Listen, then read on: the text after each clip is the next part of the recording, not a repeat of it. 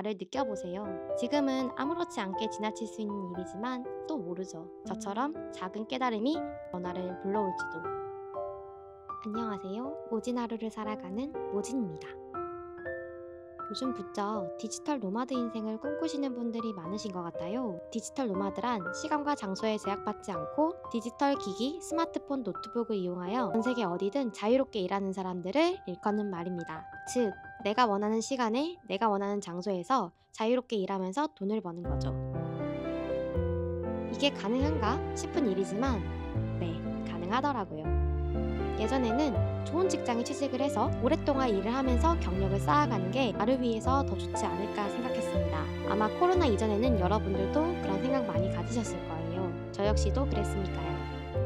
하지만 점점 어려워지는 이 사회에서 살아가기 위해서는 무조건 버티는 것만이 정답은 아니더라고요. 이렇게 변화를 싫어하던 제가 변화를 즐기는 사람이 되기까지의 삶의 경험을 여러분과 함께 공유해보려고 합니다. 제가 한 직장에 8년 넘게 다니면서 느꼈던 것은 회사라는 공간은 똑같은 루틴으로 돌아간다는 것입니다.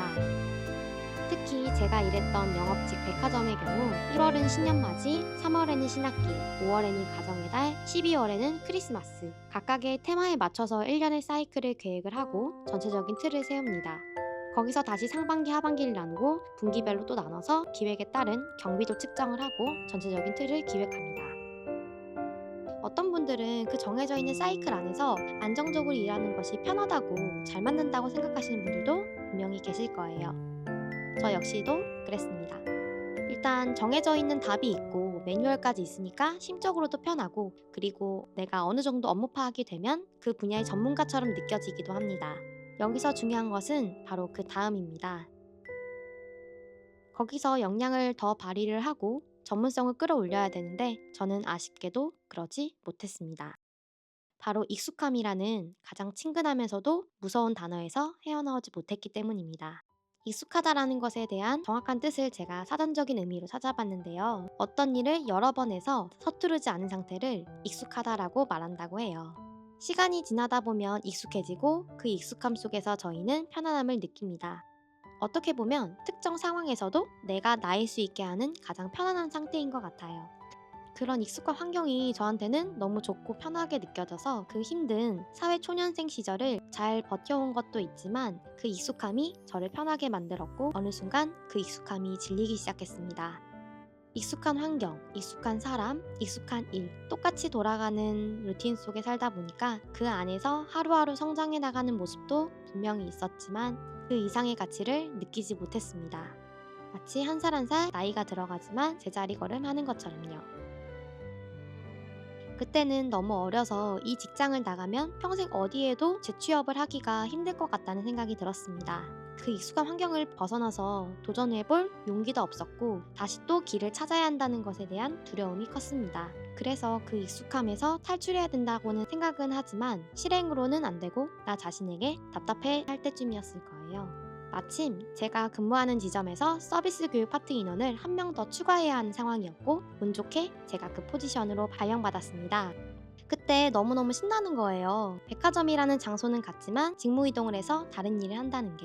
하지만 또 마냥 설레는 일만 있는 것은 아니더라고요. 제가 맡은 지점 전체를 관리해야 하는 부담감과 평소에 교육을 접해본 경험이 없어서 누군가를 가르치고 설득해야 하는 일에 대한 자신이 없었거든요. 24살, 지금 생각해보면 너무 어린 나이인데 내가 이 지점에 있는 모든 사람들의 서비스를 관리한다고 내가 잘할 수 있을까? 라는 생각이 들면서 두려워지더라고요. 그리고 생각했습니다. 내가 할 수 있는 일이 아닌 것 같다고. 영업관리자 시절에도 20명, 25명 사람들 앞에 나가서 조회 서는 것도 처음에는 엄청나게 떨려서 시나리오를 머릿속에 그려놓고 했었는데 이제는 백화점에 근무하는 매니저부터 시작해서 하루 이틀 일하는 아르바이트 직원 그리고 임직원 교육까지 모든 교육을 전부 담당하게 되는 직무를 맡게 되었던 거죠. 특히 백화점에서 가장 중요한 서비스를 교육한다는 것은 쉽지 않았습니다. 사실 서비스라는 것은 모든 영업의 아주 기본적인 사항인데 사람마다 느끼는 관점이나 생각이 모두 달라서 설득하기에는 그만큼의 많은 경험과 사례가 필요했어요. 특히 직원들의 연령대가 20대 초반부터 50대까지 굉장히 다양했고 저보다 더 많은 경력을 가지고 있는 분들이 대다수이기 때문에 그분들에게 서비스 교육이라는 것은 어쩌면 뻔한, 재미없는 교육으로 느껴질 수 있다는 점이 부정할 수 없는 현실이었습니다. 그분들보다 한참 나이도 어리고 백화점 경력도 적었던 저는 인정받기 위해 누구보다 더 열심히 공부했습니다. 현재 우리 지점의 서비스 수준은 어떤 상태인지, 어떻게 서비스를 향상시킬 수 있을지 기획부터 실행 단계까지 전반적인 부분을 담당하게 되었습니다. 평소에 정해져 있는 업무만 해오다가 제가 직접 아이디어를 내보고 아이디어를 직접 실행에 옮겨볼 수 있다는 점이 저에게는 색다르게 다가왔고 너무 재밌더라고요. 마치 상상 속에 그려왔던 일이 직접 시행되는 느낌? 그런 느낌이랄까요? 기획의 업무라서 끊임없는 생각과 아이디어가 필요하기 때문에 회사를 떠난 집에서도 매일매일 생각했어요. 어떻게 서비스를 향상시킬 수 있을까? 어떻게 이분들을 더 끌어올릴 수 있을까? 분명 업무 이외의 시간이었지만 계속 생각하게 되었던 것 같아요. 그러던 중 서비스 현장 코칭이라는 것을 하게 되는데요. 서비스가 우수한 브랜드에게는 포상을 하고 점수가 조금 부진한 브랜드는 직접 찾아가서 서비스 코칭을 해주는 업무였습니다. 그때 제가 맡았던 20개의 브랜드가 있었는데요. 작은 간식들을 대용량으로 사서 하나하나 포장하고 라벨지 작업을 해서 직접 전달해 드렸습니다. 그리고 서비스에 대한 부분을 직접 가르쳐 드렸더니 너무너무 좋아하시더라고요. 평소에 궁금했던 점도 많았고 어떻게 해야 하는지도 몰랐다고 말씀하시며 질문도 막 해주시는데 그런 부분이 저는 너무너무 감사하더라고요.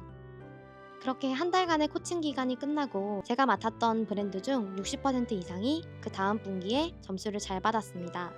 그 점수가 나온 뒤 뿌듯한 마음으로 매장에 가서 너무 잘하셨다고 칭찬을 해드렸더니 모두 제 덕분이라며 감사하다고 말씀해 주시더라고요. 그때 느꼈습니다. 나는 남을 동기부여하고 설득하는 일에 재능이 있구나.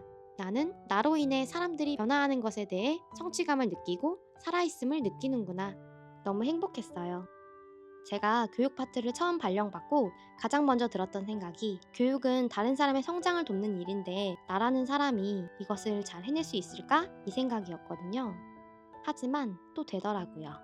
물론 한 번에 얻어지는 것도 아니었고 저만 잘해서 좋은 결과를 가져온 것은 아니었습니다. 단지 저는 진심으로 다가가려고 노력했고 정말 그 브랜드의 성장을 응원했어요. 그런 진정성이 그분들 입장에서는 크게 와닿아서 좋은 결과를 만들어낸 것 같습니다. 지금까지도 그때의 감정을 생각하면 입가에 웃음이 지어질 정도로 뜻깊은 경험이었습니다. 만약 제가 교육 파트 발령을 받지 않았다면 이러한 경험을 할 수 있었을까요? 제가 어떤 부분에서 가치를 느끼는지 알 수 있었을까요? 작은 기회들이 찾아올 때 그 기회를 소중히 받아들이고 내 것으로 만들기 위해 시간과 에너지를 쏟는 것. 어쩌면 당연한 일은 아닙니다. 그런데도 너무나 당연시하게 저의 시간과 에너지를 쏟게 되는 저 자신을 보면서 확신이 들었습니다. 꼭 여기 이 업무가 아니라도 괜찮을 것 같다. 작은 일이라도 남의 성장을 도울 수 있는 일, 내가 살아있음을 느끼는 일로 내 가치에 맞는 삶을 산다면 나는 행복할 수 있을 거라고. 그때부터 저는 변화를 즐기기 시작했고 내 삶의 가치에 맞는 일을 찾아 나섰습니다. 그 변화가 힘든 것은 아무것도 아니었어요. 저에게 있어서 중요한 것은 내 삶의 가치, 다른 사람을 성장시키는 일이거든요. 여러분의 삶의 가치는 무엇인가요? 혹시 가치라는 단어가 너무 어렵게 느껴지신다면 너무 거대하게 생각하지 않으셔도 됩니다. 어떤 일에서 행복을 느끼는지 먼저 한번 찾아보시는 것도 방법입니다. 특정 일이 아니더라도 내가 어떤 포인트에서 행복감을 느끼는지, 생활 속에서 느끼는 행복 포인트를 먼저 찾고 거기서 내 삶을 객관적으로 바라보면서 나를 느껴보세요. 지금은 아무렇지 않게 지나칠 수 있는 일이지만 사람 일은 또 모르죠. 저처럼 작은 깨달음이 큰 용기를 얻어 변화를 불러올지도. 작은 기회로 큰 행복을 느끼는 여러분들이 되시기를 바라며 오늘도 모진 하루를 살아가는 여러분, 모진 저와 함께 해주셔서 감사합니다.